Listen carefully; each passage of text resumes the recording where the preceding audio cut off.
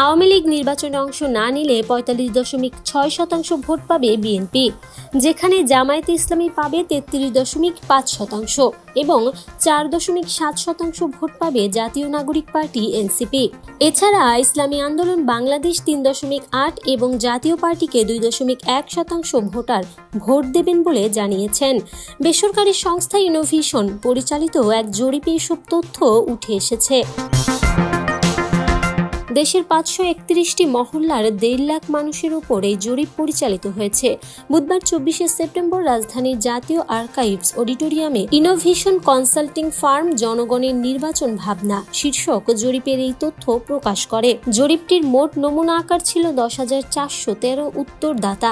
এর মধ্যে ৬৯.৫% গ্রামের এবং ৩০.৫% শহুরে। তারা ভোট দেওয়ার যোগ্য।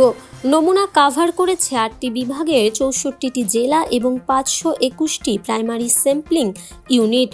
জরিপের তথ্য অনুযায়ী ভোট দেওয়ার সিদ্ধান্ত নিয়েছেন এমন অংশগ্রহণকারীদের মধ্যে জনপ্রিয়তার শীর্ষে রয়েছে বাংলাদেশ জাতীয়তাবাদী দল বিএনপি। দলটির পক্ষে সমর্থন জানিয়েছেন ৪১.৩০% ভোটার। এরপরেই রয়েছে জামায়াত ইসলামী, যাদের প্রতি ৩০.৩০% ভোটারের সমর্থন দেখা গেছে। গত বছরের গণ অভ্যুত্থানে ক্ষমতাচ্যুত আওয়ামী লীগ তৃতীয় স্থানে আছে, যাদের ভোট ১৮.৮০%। নতুন রাজনৈতিক দল জাতীয় নাগরিক পার্টি ৪.১০% ভোটারের সমর্থন নিয়ে তালিকায় চতুর্থ স্থানে রয়েছে। জরিপে দেখা গেছে বিএনপি ৬টি বিভাগে এগিয়ে আছে, জামায়াত ও রংপুরে এবং আওয়ামী লীগ বরিশালে এগিয়ে আছে।